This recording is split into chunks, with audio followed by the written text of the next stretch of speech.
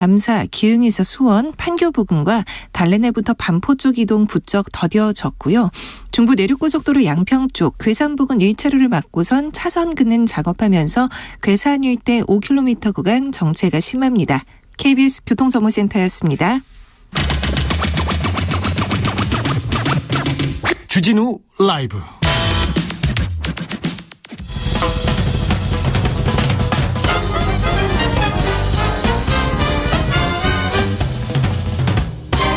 훅 인터뷰. 모두를 위한, 모두를 향한 모두의 궁금증 훅 인터뷰.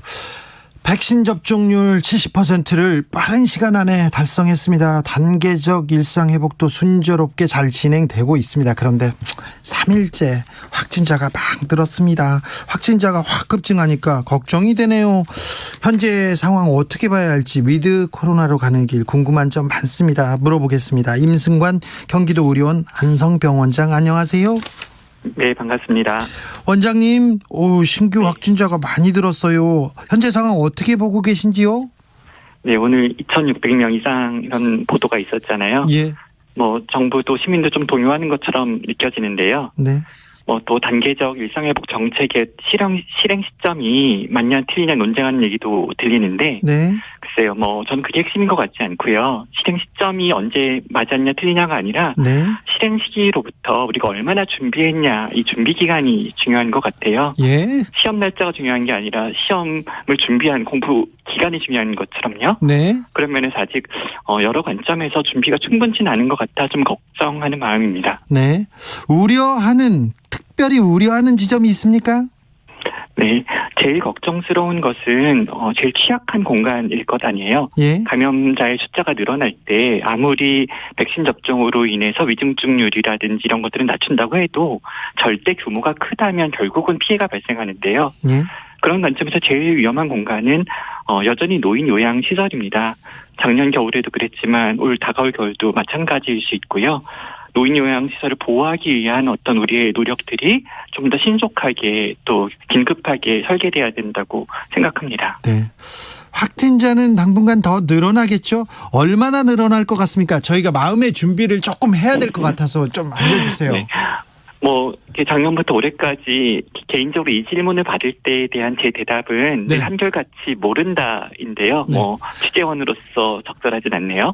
한결같이 제가 묻고 있습니다. 그래도. 네, 한결같이 모른다고 제가 답변하잖아요. 네. 근데 우리가 자꾸 예상하고 예측하려고 하거든요. 네. 물론 이해는 돼요. 왜 그런 것인지. 예. 그러나 위기 대응이라는 것이 정확한 시뮬레이션, 아주 정밀한 예측이 정말 중요한 건가?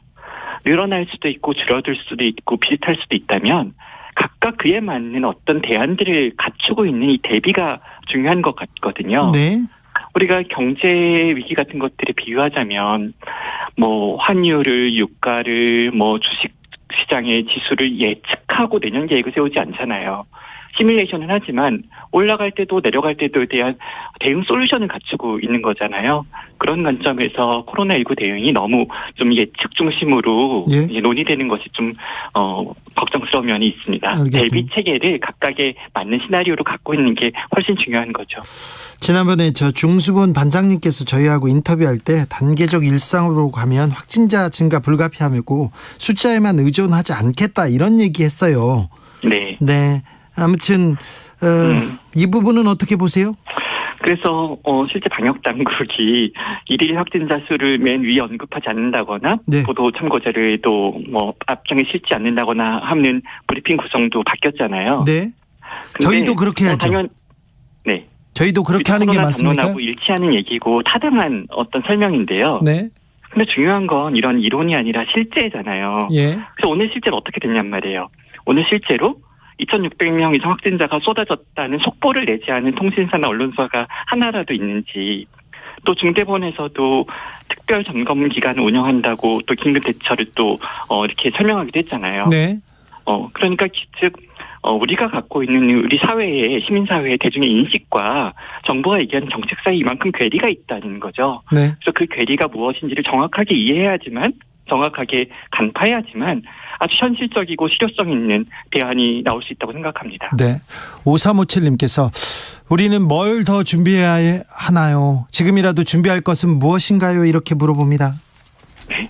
제일 중요한 건 K-방역과 우리가 잘 성과를 냈던 지난 1년 10개월간의 K-방역과 앞으로 살아갈 시대, 위드 코로나 시대가 무엇이 다른지를 정확하게 이해하는 게 제일 중요하거든요. 네. K-방역의 시대 때는 이 바이러스를 제거해야 하는 것, 우리 사회와 우리 지역사회부터 격리시켜야 하는 것이라는 관점이었다면 위드 코로나는 그 부분들을 우리가 일정 정도 수용하고 인정하는 태도란 말이에요. 네네. 예를 들어서 위드 코로나 시대를 살려면 이게 돼야 돼요. 우리 가족이 301호에 살고 있는데 아파트 302호에 확진자 가족이 체류하고 있다 그래도 네. 불안하지 않을 수 있어야 돼요. 네. 그리고 우리 아이가 4학년 1반을 다니고 있는데 4학년 2반에서 확진자 학생이 몇 명 발생했다고 할지라도 선생님과 학부형들이 내일 4학년 1반, 4학년 3반을 등교시킬 수 있는 그런 태도와 그런 우리의 마음가짐이 필요한 거죠. 네. 근데 지금 그 사이에 우리가 그 정도 인식체계를 갖고 있지는 않은 것 같거든요. 네. 그래서 정책과 인식체계 사이에, 즉 관리체계와 인식체계 사이에 괴리가 있고요. 이 괴리를 가능한 빨리 또 적절한 방법으로 좁혀가는 게 11월의 숙제라고 생각합니다. 네. 옆에서 뭐 코로나 확진자가 나올 수 있습니다. 네. 친구가 걸릴 수도 있고 가족이 걸릴 수도 있습니다. 네. 그렇게 당연하게 좀 받아들이고 그렇게 그냥 생활하면 되죠. 묵묵하게. 당황하지 않는 그런 침착감, 평정심 제일 중요하겠죠. 조금은 당황할 수 있잖아요, 선생님. 네, 사람이니까요. 네네. 그래도 옆에 확진자가 나오더라도 그렇게 위험하다, 무섭다 이렇게 생각 안 가져도 되는 거죠. 네. 더불어서 우리가 백신 접종을 18세 이상 성인 기준으로 2차 접종률이 90%를 훌쩍 넘겼고요. 예. 접종 완료율도 80% 후 중후반대일 거예요. 예. 따라서 우리가 백신이라는 어떤 우리의 과학기술적 무기를 가지고 네. 위험의 전체 총량을 많이 낮췄다는 말이에요. 네. K-방역의 어떤 스테이지는 위험을 낮추는 과정이었고요. 예. 위드 코로나 단계적 일상회복은 우리가 최대한 낮춘 위험은 이제 조금씩 받아들이고 수용해가는 과정이거든요. 그렇죠. 네. 그래서 이제 나와 내 가족이 많이 안전해졌잖아요. 네. 그렇다면 거기까지 낮아진 위험은 수용해야 우리 사회에 남아있는 다른 위험들과의 균형을 맞출 수가 있고요. 네. 하지만 그럼에도 불구하고 그 낮아진 위험을 그냥 그대로 고지고대로 수용하기 어려운 공간들이 있단 말이에요. 네. 그것들이 바로 요양원, 요양병원, 정신병원 같은 어떤 취약한 시설인 거죠. 네. 따라서 올 겨울에는 그런 취약시설에 대한 보호장치들을 빨리 서둘러서 재정비해야 되고 그런 감염 취약시설에 대한 보호장치가 미비하고 우리가 지금 미비하다면 우리는 위드 코로나 정책을 제대로 준비하고 있는 게 아닐 수도 있죠. 네, 알겠습니다. 그리고 위드 코로나로 가는 길 이제 아프다고 코로나 걸렸다고 병원 가서 일단 격리시키고 그거보다는 재택 치료를 하고 단계적으로 이렇게 시스템을 만드는 게 중요하다고 원장님이 지난번에도 말씀하셨는데 그 재택 치료 준비는 잘 되고 있습니까? 네. 재택 치료는 위드 코로나 시대를 살아가기 위해서는 선택의 문제가 아니라 반드시 필수적인 필수 불가결한 일이라고 생각해요. 예. 하루에 일평균 확진자가 2,000명 발생하다가 2,500명, 3,000명 발생한다면 기존의 방식대로 조금 더 동원하면 되죠. 생활치료센터, 의료기관, 병상 좀 더 행정명령 내리면 될 거예요. 하지만 일평균 2,000명 확진자가 5,000명, 1만 명 된다면 네. 이건 얘기가 전혀 달라요. 예. 단순히 양적 확대로는 대응할 수가 없을 거고요. 방법 자체를 바꿔야 되고 그 방법의 변화는 효율화, 비용 효과성 이런 것들이 최우선 가치가 돼야 되는 거죠. 따라서 모든 확진된 모든 사람을 전수 시설 격리하겠다고 하는 과거의 방식은 계속 사용하기 어려운 방식이고 우리의 단기적 일상 회복 체계 안에서는 이 부분이 이제 재조정돼야 되는 거죠. 다만 이런 부분들이 프로그램이 단순하게 예산 사업 같은 게 아니거든요. 이게 네트워킹 사업 같은 것들이고 여러 행위 주체자들이 서로 연결하고 잘 조직해야 되는 조직 사업 같은 거기 때문에 준비 시간이 충분히 필요해요. 근데 네. 지금 우리한테 그 준비 시간이 충분히 않다고 저는 좀 걱정하고 있습니다. 네. 8672님은 언론들이 바람만 넣지 않으면 됩니다. 언론들이 회방만 안 넣어도 고맙겠다 이렇게 얘기하는데 최근에 코로나 관련해서 언론들은 어떻게 좀 괜찮아졌습니까? 제가 평가하는 어떤 위치에 있는 것 같진 않은데요. 다만 그 질문 이렇게 좀 답하고 싶어요. K-방역의 우리 스테이지 1은 네. 과학기술이 중요했어요. 예. 백신, 치료제, 진단검사 키트 이런 것들이요. 따라서 그 시대의 스테이지 1 K방역 시기의 주역은 관료와 전문가일 수밖에 없었어요.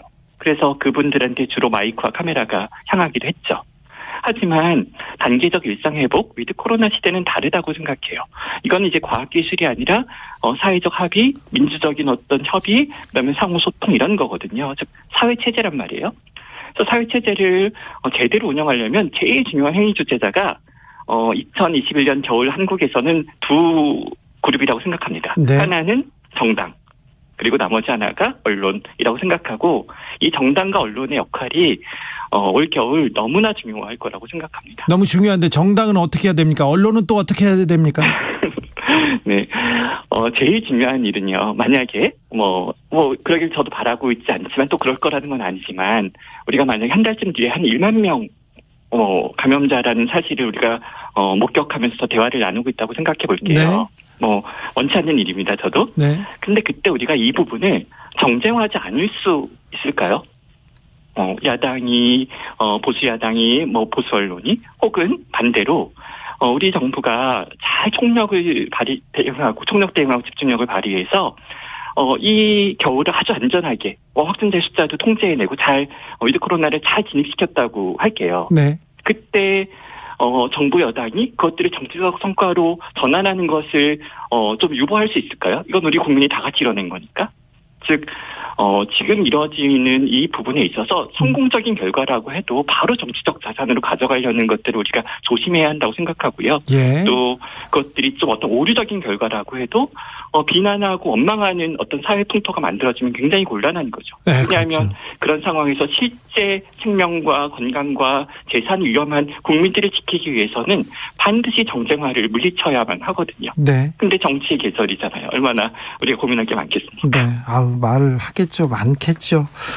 자, 원장님, 지금 네. 뭐가 제일 중요합니까? 보통 사람들 손 잘 씻고 마스크 쓰고 거리두기 하고 웬만하면 사람들이 있는데 모이지 않고 그리고 또 뭐가 중요합니까? 네. 글쎄요, 이 위드 코로나 시대를 살아가면서 우리가 위험 수용성을 이제 높여가는 게 중요하다는 말을 제가 거의 반복적으로 하고 있는데요. 예. 그런 상황에서 우리가 많은 확진자가 발생한다고 할지라도 그 부분들에 대해서 좀 질서 있게 대응하는 것이 굉장히 중요하다고 생각해요. 당황하지 않고 평정심을 유지하는 것이요.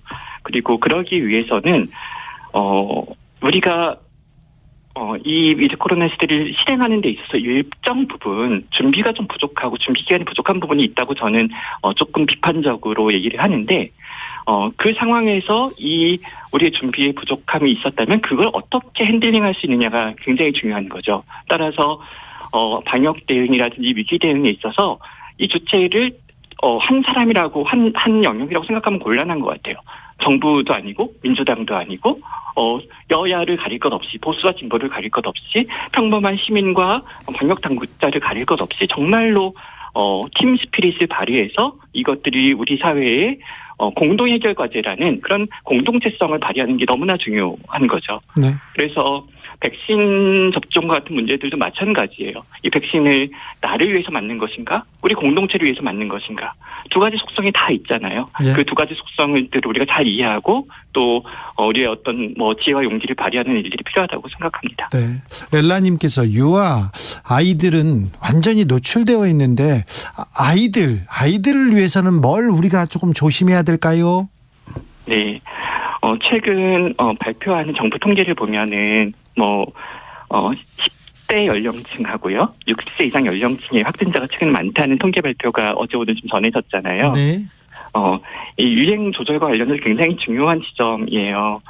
유행 조절과 관련해서 두 가지 질문이 생기는데 하나는 백신 미접종군의 유행이 잘 통제될까라는 질문이 있죠. 예. 여기에 대표적인 표본이 어린이 청소년이에요. 네. 외국인 확진자 통계도 약간 그런 측면이 있죠. 예. 또 다른 하나는 백신을 접종받은 지 이제 시간이 오래된 그룹에서 방어 효과가 충분히 유지될까라는 질문이 있는데 여기에 대표적인 표본이 60세, 70세 이상 혹은 요양시설의 어르신들 같은 분들이죠. 네, 빨리 맞으셨습니다. 그런 관점에서 네.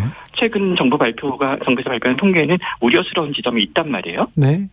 그렇다면 우리가 해야 될 일들은 크게 두 가지겠죠. 어린이 청소년들의 백신 접종에 대해서 우리 정부가 전문가들과 같이 심도 있게 고민하고 나온 어떤 표준적인 권장안이 있다면 그 권장안을 믿고 수용하는 태도 같은 것도 필요할 거고요. 네. 다만 부모로서 선생님으로서 아직 불확실한 어떤 결론에서 이런 우리 아이들에게 접종하는 것에 대해 부담이 만약에 갖고 있다면 또 그렇다면 일정 정도 학교에서 학원에서 어떤 집단 감염이 발생할 수밖에 없는 그 사실에 대해서도 좀 수용할 마음이 좀 필요한 거죠. 네. 다만 어린이 청소년들은 크게 위험하지 않다는 네. 그런 통계들에 대한 또 믿음도 가지면서요. 알겠습니다. 자, 코로나, 위드 코로나 시대를 살아가는 우리한테 지혜와 용기 많이 필요한 것 같습니다. 원장님, 네. 마지막으로 국민들한테 한마디 부탁드리겠습니다. 네. 위드 코로나를 우리가 다른 점을 이해해야 될 것 같은데요. 위드 코로나 시대는 답을 구하는 것이 아니라 좋은 질문을 찾는 거라고 생각하고요. 어떤 결과로 성과를 내는 게 아니라 그 과정 자체를 보는 거고요. 예. 과학기술이 아니라 사회 체제를 다루는 거예요. 그래서 우리가 어떤 그런 마음가짐 자체를 이게 전혀 다른 장르니까, 전혀 다른 방식이니까 그런 부분들을 정확하게 이해하려고 하는 것, 알려고 하는 것, 제대로 알려고 하는 것이 중요한 것 같아요. 알겠습니다. 김종무님께서 승관이 형 진료도 좋지만 밥은 제때 드세요. 형 쓰러지면 다 죽어 이렇게 얘기합니다. 네, 설결이 형 이게 떠오르네 갑자기. 네. 여기서 그게 왜 나와요 또. 원장님 고생이 많으신데 더 고생해 주십시오. 네, 고맙습니다. 감사합니다. 임승관 경기의료원 안성병 원장이었습니다.